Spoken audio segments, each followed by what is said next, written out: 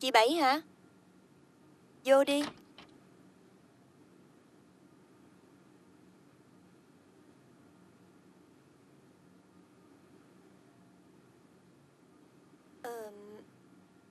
Anh chưa về ngủ hả?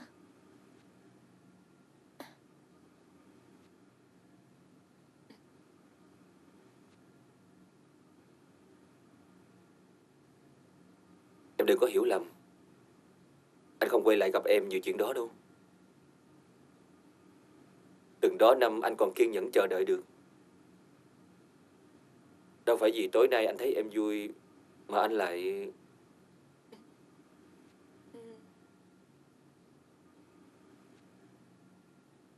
Em nói chuyện với gia đình đi. Mọi lần anh đắn đo lắm khi em xin anh nói chuyện với ba má em mà. Thì bây giờ em đã khiến cho anh tin tưởng, nên anh phải cư xử khác chứ. Em nói chuyện đi.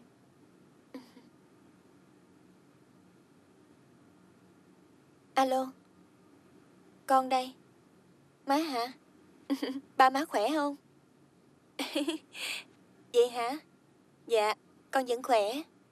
Anh Long lo cho con chu đáo lắm. Má đừng có lo gì hết nha.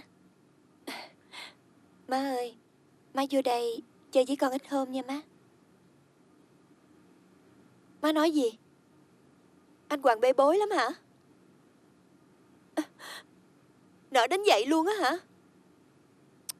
Chết thật. Ủa con nghe tiếng ba đang la mắng ai vậy má? Alo? Alo?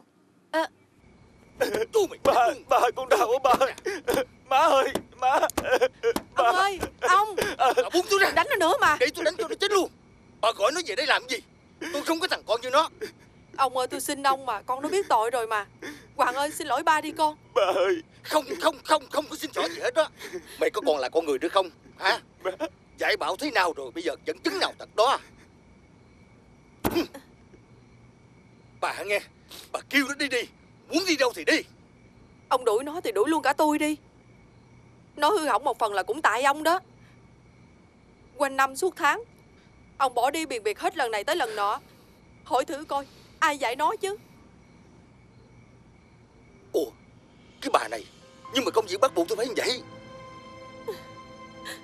Tôi đau bệnh gần chết, ông cũng không có nhà. Con gái phiêu bạt đất khách quê người để kiếm sống. Mong ba về, còn một vài lời khuyên bảo mà cũng không có. Lúc đó ông ở đâu? Giả như ông có ở nhà thì thằng con của ông chưa chắc đã như vậy. Không phải đuổi, má con tôi sẽ dắt díu nhau lên Sài Gòn buôn bán kiếm sống nuôi nhau. Má con tôi quen cây cảnh, không có ông ở nhà từ lâu rồi.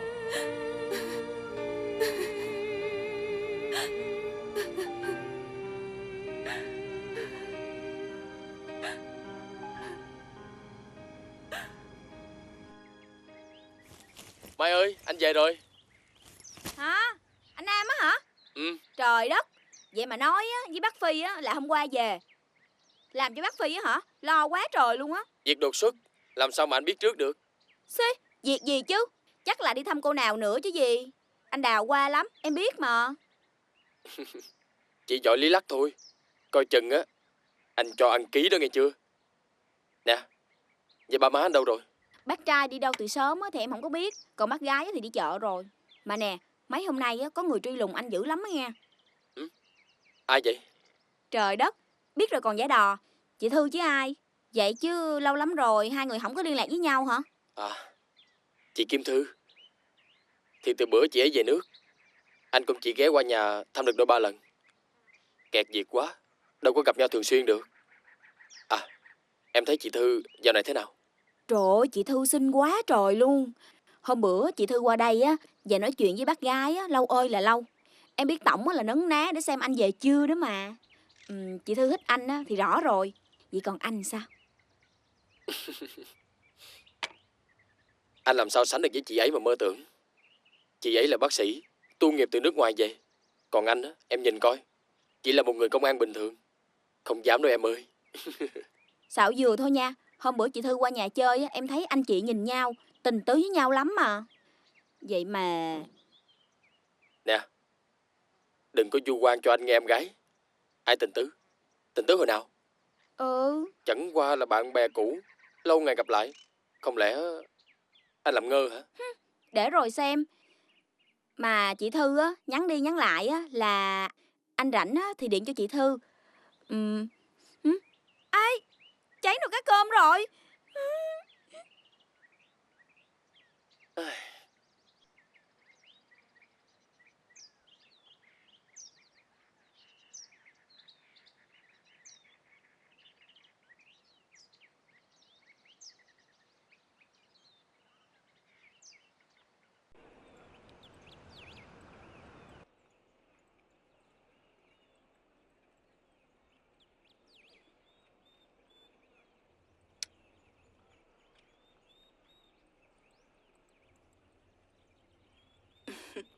Em dùng thử cái này coi, có hợp với da em không? Đồ xịn đó nha.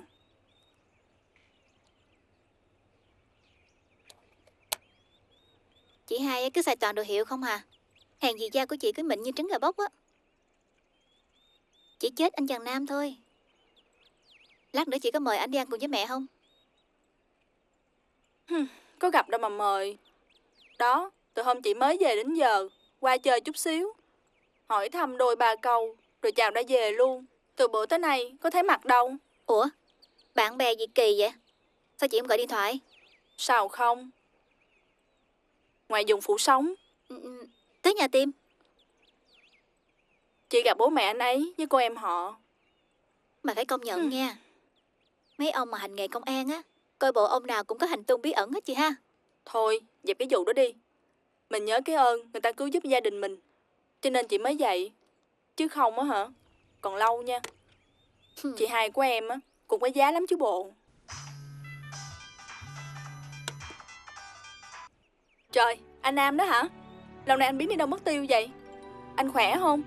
Em tìm anh quá trời mà không gặp. Em xin lỗi, em mừng quá nên em nói cho anh được phần của anh rồi. Dạ, sao? Anh đang ở đâu? Vậy mà kêu dẹp cái vụ đó đi. Người ta vừa gọi tới là cuốn cuồng cả lên rồi. Dạ, em nghe đây anh. Anh xin lỗi nghe. Hồi này anh toàn phải đi công tác vùng sâu vùng xa, toàn những nơi chưa có sóng điện thoại, cho nên... Sao? Em nói gì? Bây giờ đi ăn cùng gia đình em hả? Anh cũng vừa về tới nhà. Trưa nay không biết ba má có việc gì cần tới anh không? Em chào chị Thư. Chị Thư ơi, ở nhà không có việc gì hết trơn á chị Thư. Em dắt ảnh ra gặp chị Thư nha. Ok. Được rồi. Lâu rồi anh không được gặp bác Phương và bé Thoa. Anh cũng muốn tới thăm. Gặp em ở đâu nè? Được. Vậy em nhắn tin cho anh biết địa chỉ trước nha. Dạ đến liền nha. Ok. Em đợi. Bye bye. Chị hai, mùi mẫn quá ta. Em này. Nè Có chuyện gì mà hai chị em giỡn vui quá vậy? Đi được chưa? Mày điện thoại đặt bàn mà không có ai bắt máy hết trơn á. Chắc tại đông khách quá. Thôi bây giờ mình cứ đi đi nha. Em đó. Chị. Mẹ ơi. Hả? Mình đổi nhà hàng khác được không? Tới nhà hàng Vạn An nha. Sao hồi sáng con nói với mẹ là nhà hàng Biển Nhớ? Sao giờ là Vạn An? Tại con muốn mời anh Nam đi ăn trưa cùng mẹ con mình. Mà anh Nam thì thích ăn thịt thỏ. Vậy là hai đứa gặp nhau rồi phải không? Mẹ đồng ý thôi. Có thằng Nam á thì vui thêm. Hồi lúc cô du học bên Pháp á, thỉnh thoảng thằng Nam có ghé nhà nè, thăm mẹ với em Thoa. Sao? Hai đứa tới đâu rồi? Nói cho mẹ nghe coi. Dạ chưa có gì đâu mẹ ơi. Chỉ mới là bạn thôi à. Mẹ, Hả? con mình rể làm công an cũng được á mẹ ha. Thôi đi cô. Cô á cứ cầm đèn chạy trước ô tô không á. Thay đồ đi với mẹ. Mau lên. Dạ. Đi.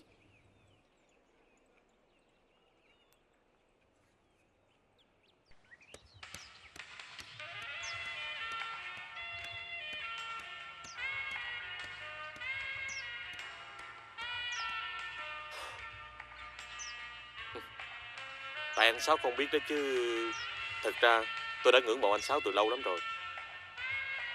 Ngay cả sếp lớn và sếp nhỏ của tôi cũng vậy. Lúc trước anh Sáu cứu bên tôi một bàn thua trông thấy, ông Quân mừng hết lớn luôn. Cảm ơn. Có chuyện gì vào thẳng đi chú em. Mấy sếp của tôi á, muốn mở mang công việc làm ăn trên vùng biên giới. Anh Sáu thì làm ăn trên đó đã lâu, có nhiều đệ tử thông thạo đường đi lối về. Cho nên mấy sếp của tôi muốn nhờ anh Sáu giúp đỡ giùm một vài chú. Anh Sáu thấy sao? Ông Quân, ông Long nhà cậu, hai sếp của cậu không sợ tôi cài người vào làm gián điệp à? Không đâu anh Sáu. Anh Sáu là người quân tử mà, đâu có cần làm mấy cái chuyện đó. Sao? Anh Sáu có thể trợ giúp giùm tụi này được không? Hai ông bên chú đặt vấn đề đột ngột quá, để tôi tính lại. Như vậy nha, bước đầu tôi sẽ cử một người qua bển để phụ giúp. Nhưng mà thằng đó trẻ, biết làm ăn. Nếu mà được như vậy thì hay quá. Tôi sẽ về nói lại với thiếu gia liền. Thiếu gia là kêu cậu Long của cậu đó hả? Tôi nghe có mùi của phim trưởng Tàu ha. Dù gì cũng là con của ông Trùm, mình phải kêu vậy cho nó sang.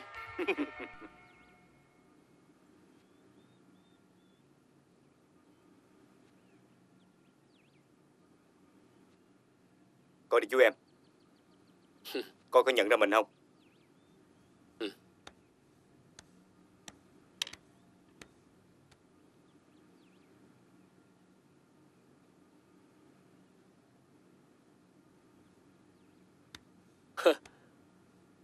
Anh Sáu ơi, hay quá.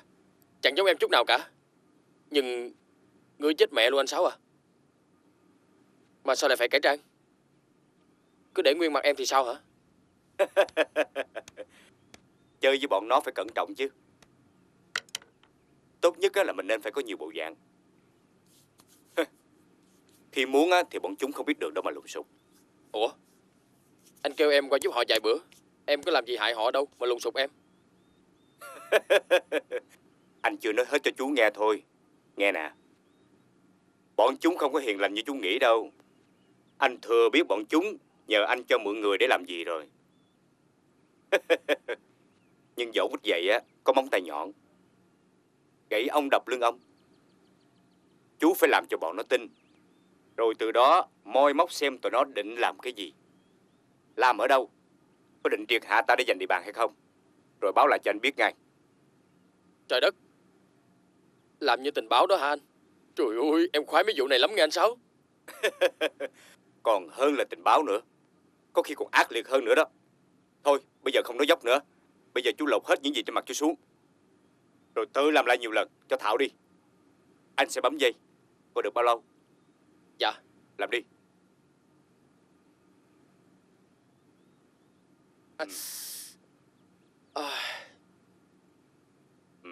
Rác tới mẹ anh Sáu ơi. Quen ngay thôi mà năm sẹo.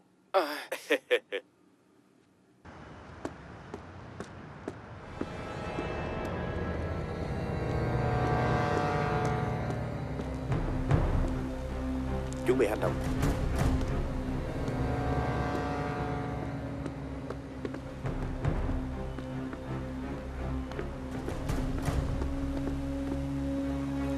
Xe đâu gửi.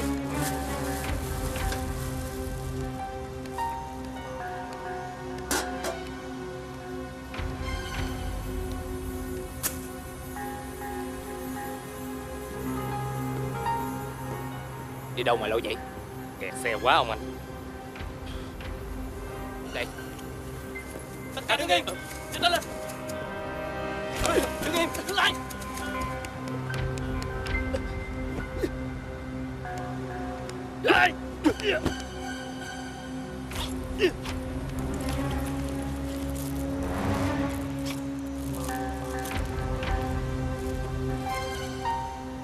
Có mấy cái đĩa xét mà mấy anh đánh em đau quá.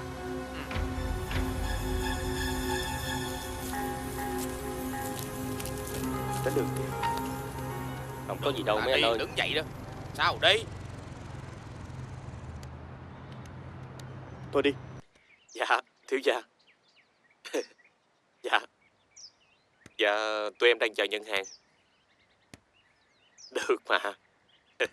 Cái mưu kim thiền thoát xác lâu lâu mới xài thì phải đắc địa chứ sao thiếu gia. Dạ, thằng đệ tử của Sáu Bọ thiếu gia. Thằng Năm Sẹo, thằng đó có bộ ngon đấy thiếu gia. Dạ, có điều nó cứ hối em là tại sao mà chưa lên dục biên giới, quanh quẩn hoài đây làm cái gì. Dạ, em biết cách vụ đó mà, thiếu gia cứ yên tâm. Dạ. Vô làm lon bia chơi. Ngoài đó làm gì cho mệt.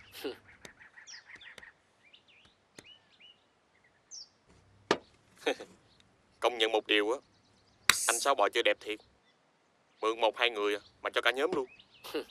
Mẹ, cái ông ngon thiệt. Dám chuyển hàng cho ban ngày. Gan to thiệt đó.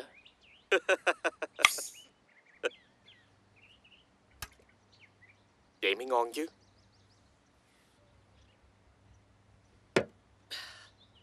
Lát nữa khi hàng tới, ông sẽ thấy mưu lược của thiếu gia tôi là như thế nào. Cái quan trọng hơn nhau là cái đầu. Dân, tôi chẳng biết thiếu gia của các ông tài cao mưu lược như thế nào. Với tôi á, đố khi nào anh Sáu dám cho chuyển hàng cho ban ngày. Dễ bị tóm lắm. Cậu chủ của tôi tính toán hết rồi. Về đêm vắng chưa chắc đã an toàn. Điều quan trọng là ban ngày nhiều người, dễ trà trộn. Hơn nữa, mọi chuyến hàng đều có một phương sách riêng của nó. Chà, nghe ông nói mà tôi muốn gặp thiếu gia các ông dữ lắm rồi đó.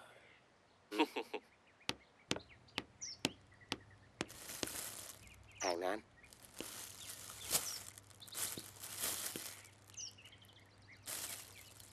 Dạ. Phải vậy chứ. Coi đi. Rồi kêu đệ tử của cậu chế tác luôn. Khách hàng đang cần gấp đó.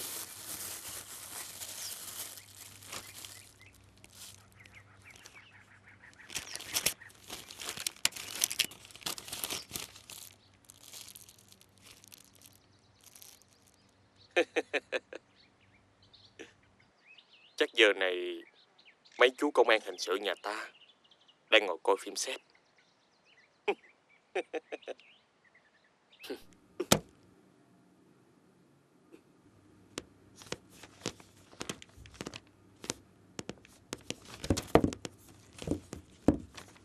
Tụi nó có khai thêm gì không?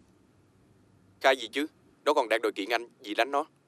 Lần này chúng ta hối to rồi. Không biết tụi đó dùng cách gì mà qua mắt mình được. Liệu có đúng chỗ đó không? Người của chúng tôi cài về nhóm họ, ít khi đưa thông tin sai lắm. Địa điểm thì chính xác rồi đó. Chỉ có điều không hiểu sao chúng giao dịch kiểu gì nữa. Lượng tăng vật mình vừa để xỏng hơi bị lớn đó. Bắt được như vậy là nguy hiểm cho người của ta lắm. Tụi mày muốn giám sát á, tự nhiên nghe. Khỏi cần. Có chú rồi mà. Năm Sẹo nè. Địa điểm giao dịch gì rồi có ai biết không? Xưa nay trong nhóm tụi tao không ai giấu ai chuyện gì. Sống cùng sống, chết cùng chết. Mày đã biết địa điểm giao hàng bữa nay bị lộ chưa?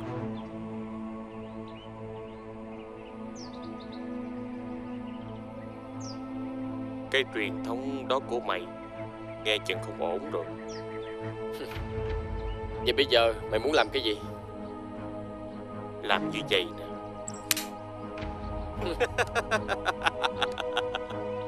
Vẫn chơi chút cho vui thôi. Coi bộ tụi mày coi phim trinh thám Mỹ nhiều quá ta.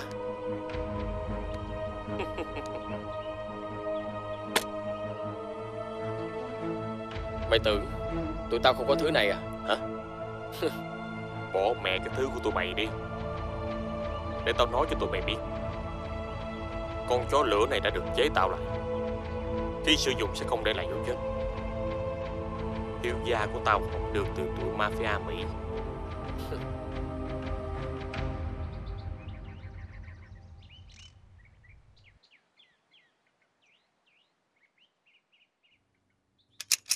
Thiếu gia mày là ai mà coi bộ rành quá ta? Hử?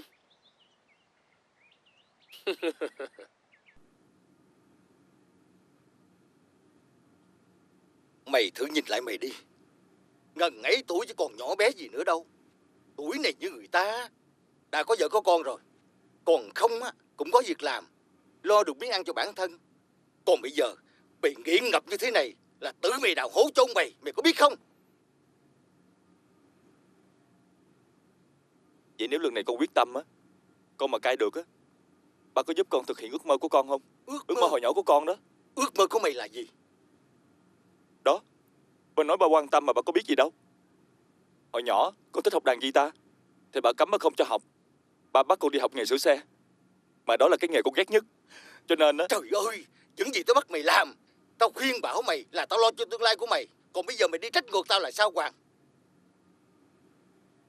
Thôi được rồi, bây giờ mày muốn làm cái gì cũng được, nhưng trước nhất mày phải đến trường cai nghiện cái đã. Ba yên tâm đi, lần này con quyết tâm rồi.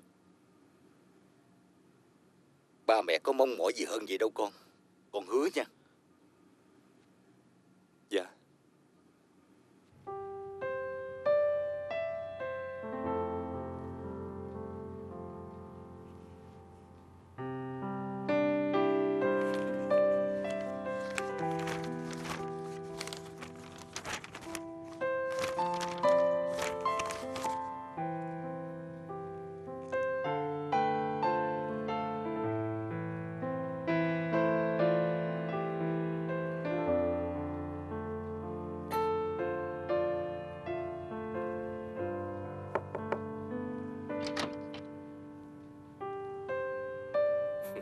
Anh tìm được giáo trình cho em rồi nè. Cảm ơn anh ngồi đi. Anh tốt với em thiệt đó. Có ai không quan tâm hết mình tới người mình yêu không? Anh cho em đi học thêm như vậy, liệu chú Quân có bằng lòng không?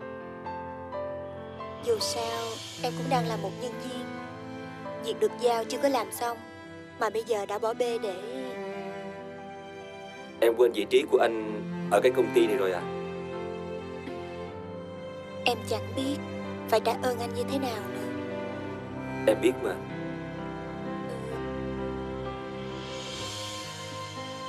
Chuyện đó để thêm ít lâu nữa, được không anh? Anh sẽ chờ. Nhưng trước hết, từ nay trở đi, anh muốn trên môi em luôn nở nụ cười. Vậy nha. Bye em, chúc em ngủ ngon.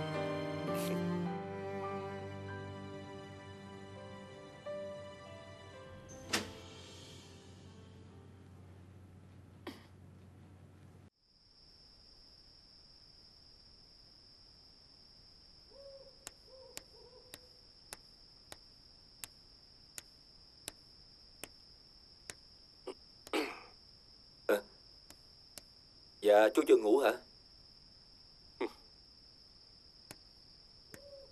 Chú không ngủ được. Còn cháu thì sao? Định bơi đêm cho tỉnh táo à?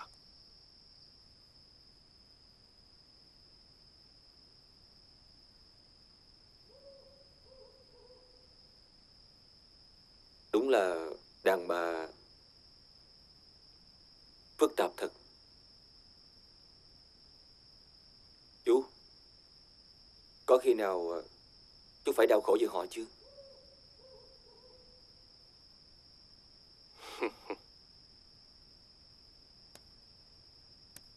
Đôi khi cháu cũng không hiểu tại sao cháu lại chấp nhận để cho mối quan hệ của cháu và Linh Huệ diễn ra theo kiểu này. Chú cũng thấy lạ. Một người như cháu lại siêu lòng vì một cô gái tới như vậy. Để coi là trường hợp đặc biệt.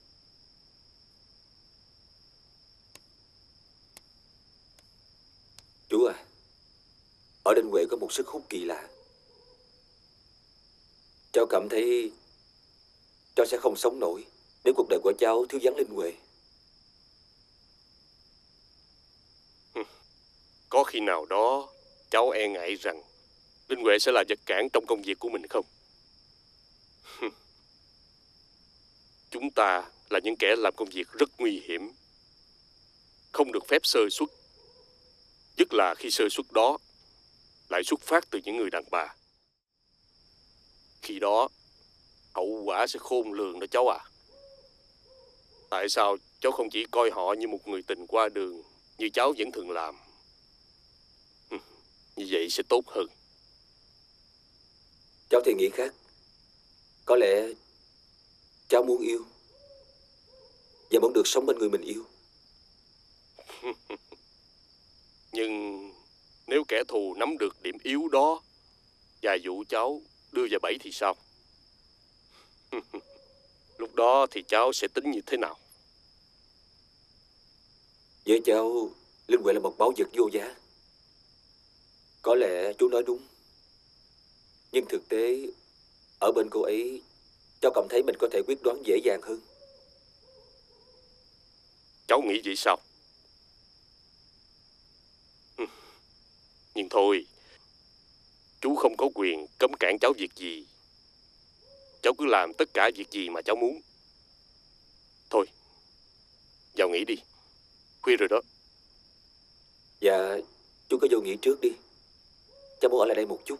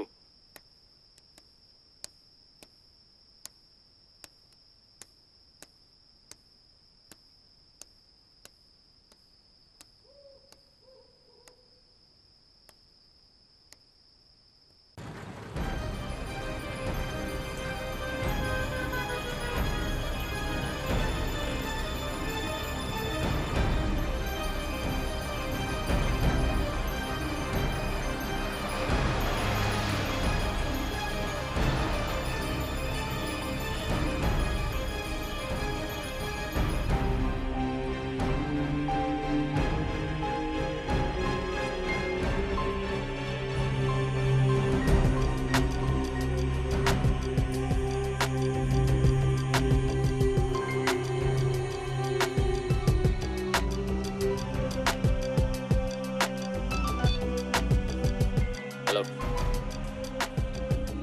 Thấy mồi chưa? Chưa thấy đối tượng nào mặc trang phục như cậu hướng dẫn. Tôi thấy rồi.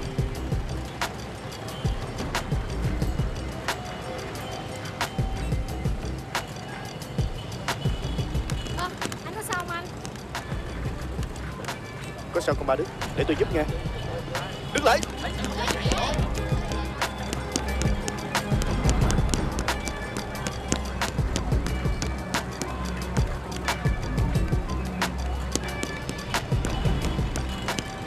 Ồ, xin lỗi nghe.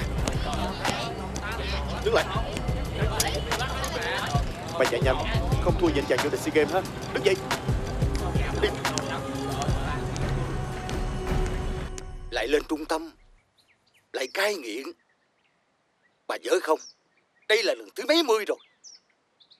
Tiền mất mà tật vẫn mang. Còn nước còn tát ông à. Mình ráng thêm một lần này nữa coi sao nghe ông. Tôi mệt mỏi quá rồi. Dù có tốn bao nhiêu tiền mà nó cai nghiện được tôi cũng vui lòng. Đằng này nó còn nghiện nặng thêm. Nghe đâu dạo này nó chích tới thuốc đen rồi đó. Của cải trong nhà lại đội nón mà đi. Mình cạn kiệt vì nó rồi. Rồi bà nghĩ xem, trong nhà mình có còn gì để bán nữa không? Ông ơi, cái chuyện này vợ chồng mình đã bàn tới bàn lui nhiều lần lắm rồi. Hay là mình bán nhà nghe ông? Bán nhà? Bà nói cái gì? Ông à, sao ông nói lớn vậy? Chẳng phải cuối năm ngoái á, ông bàn với tôi á, là sẽ bán nhà để sống với con Huệ. Định bán nhà chứ gì? Bán đi, để làm gì cái nhà cũ này? Bán đi. Hai ông bà cho mỗi đứa một mớ. Muốn ở với đứa nào á thì tùy.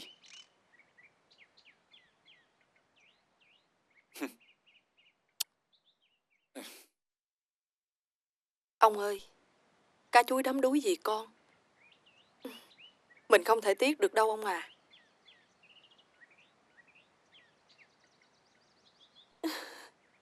Cũng tại tôi vô phước nên mới để cho thằng con khốn nạn như vậy. Con ơi là con. Thì bán. Bà làm gì mà cứ mỗi chút mỗi khóc à. Mà nghĩ cho cùng á thì bán cũng có lý. Mình già rồi, vào Sài Gòn sống cùng con Huệ. Con hy vọng có người trông nom khi trái gió trở trời. Con Huệ, nó là đứa hiếu thảo, biết thương cha thương mẹ. Thằng Long á, xem ra cũng là người khoáng đạt, biết làm ăn. Chứ thằng Hoàng nhà mình á thì... Trong đó cũng có trường cai nghiện. Mình gửi nó vô trong đó. Vậy bà đã tìm được người mua chưa? Ông có quyết định đâu mà tôi dám rao bán. Thôi, bà kêu con Huệ nó thu xếp vào trong đó. Ra ngoài này chuyển tiền, việc mua bán nhà. Nó là người lanh lợi tháo vát. Lâu nay lại làm việc kinh doanh. Chắc chắn không lo bị hớ. Nhưng sao?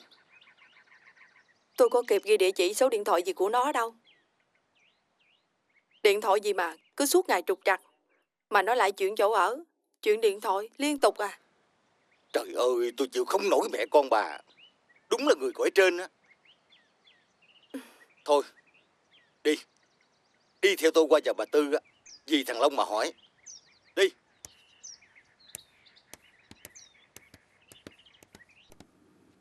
Đó là ý kiến của cháu về việc phát triển kinh doanh của công ty.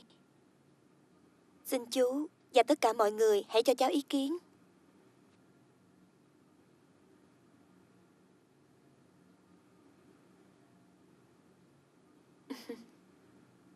Đúng là có học có hơn. Từ bữa công ty bố trí cho cô Linh Huệ tham gia học thêm khóa quản trị kinh doanh, tôi thấy chúng ta đi đúng hướng. Làm gì bây giờ cũng cần phải có học vấn quý vị ạ. Ok. Những ý kiến cô Huệ vừa đề xuất ra rất đáng phải suy nghĩ. Mọi người hãy quan tâm và bổ sung thêm nha. Còn bây giờ, nếu không còn ai ý kiến gì nữa, chúng ta kết thúc cuộc họp tại đây. Mời giám đốc ở lại một chút nha.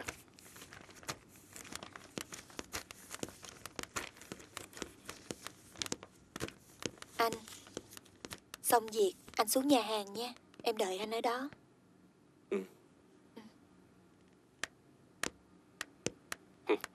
Tôi để ý, trong lúc cô ấy nói, anh không thật lòng tán thành.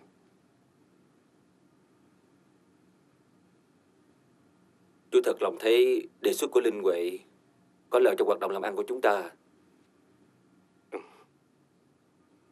Làm như Huệ đề xuất, có thể chúng ta sẽ dễ dàng hơn trong việc làm sạch tiền có từ việc buôn bán hàng trắng.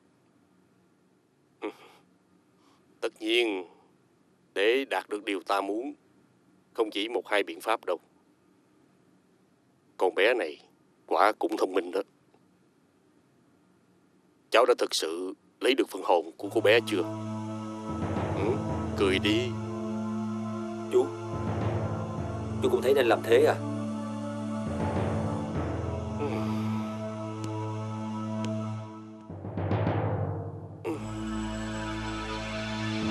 Chúng ta luôn phải tạo cho mình vỏ bọc hoàn hảo. Một doanh nghiệp trẻ đang lên, có gia đình và những đứa con hạnh phúc. Có làm được như vậy mới không uổng công cha cháu vào sinh ra tử với công việc này trong hàng chục năm qua. Cảm ơn chú. Có điều chú muốn nhắc cháu, tuyệt nhiên không được để Linh Huệ biết bất cứ một điều gì, dù là nhỏ nhất, về công việc thực sự của chúng ta. Cháu hãy để cô ấy toàn tâm toàn ý thực hiện phận sự của một người vợ hiền. Dạ, cháu hiểu rồi.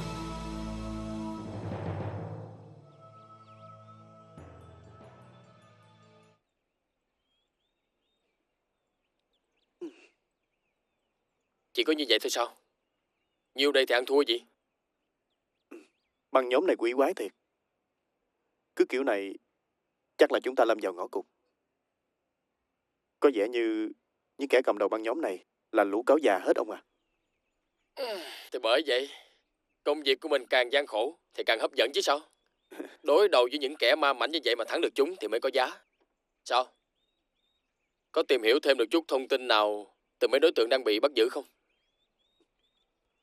Có, nhưng không có nhiều giá trị.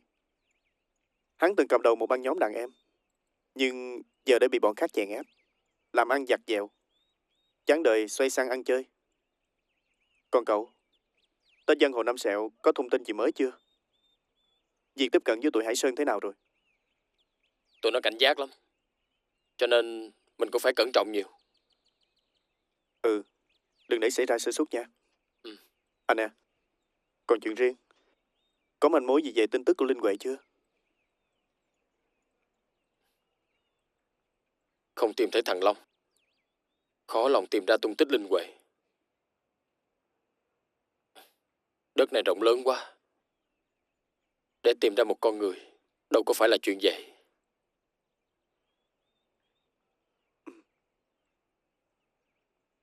À, chẳng lẽ đến ba mẹ cô ấy cũng không biết con mình đang ở đâu hả? Ừ ha. Hay là mình sẽ xin phép các sếp cho mình nghỉ 1-2 bữa, chạy ào ra ngoài đó gặp ba mẹ Linh Huệ, hỏi coi như thế nào. Cậu thấy có nên không? Tốt quá, đi liền đi. Đi nghe.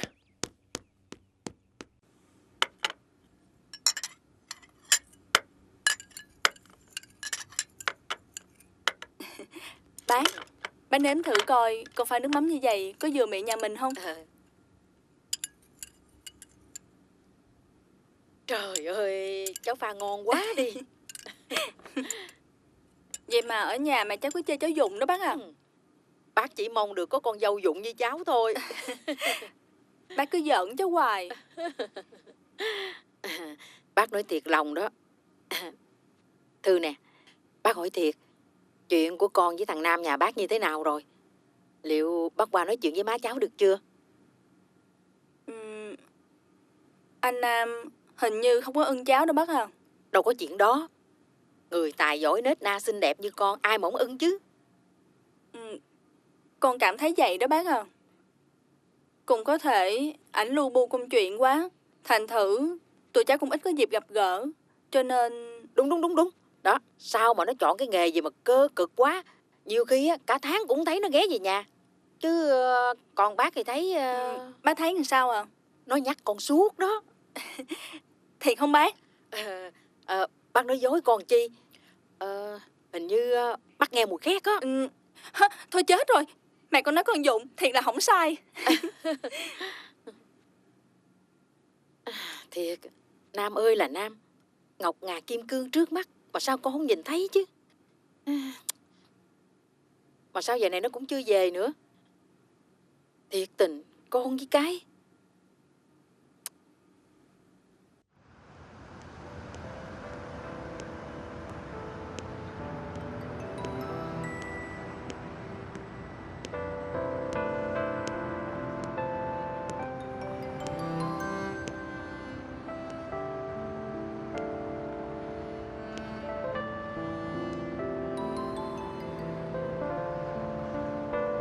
Cậu tìm ai vậy?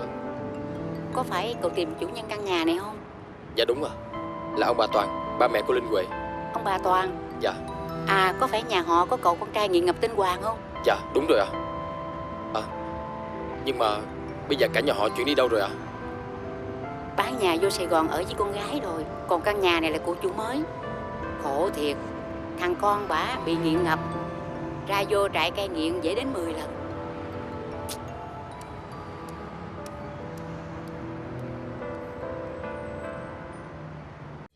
Anh biết chăng chiều buồn hoàng hôn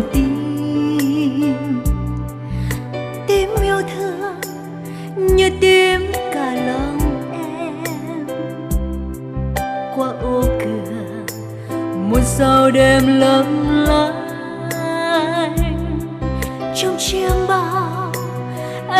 vẫn thấy cô đơn. Anh xa rồi để mình em trai vai.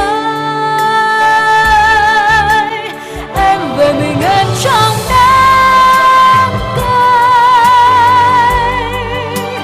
Em về mình em trên phố hiu quạnh.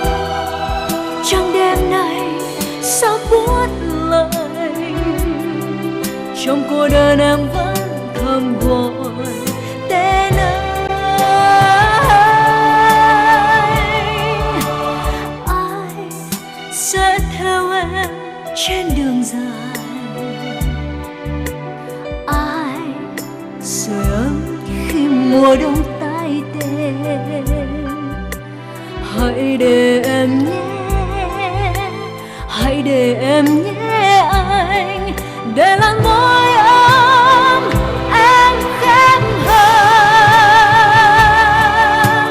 Em về mình em trong đám cây.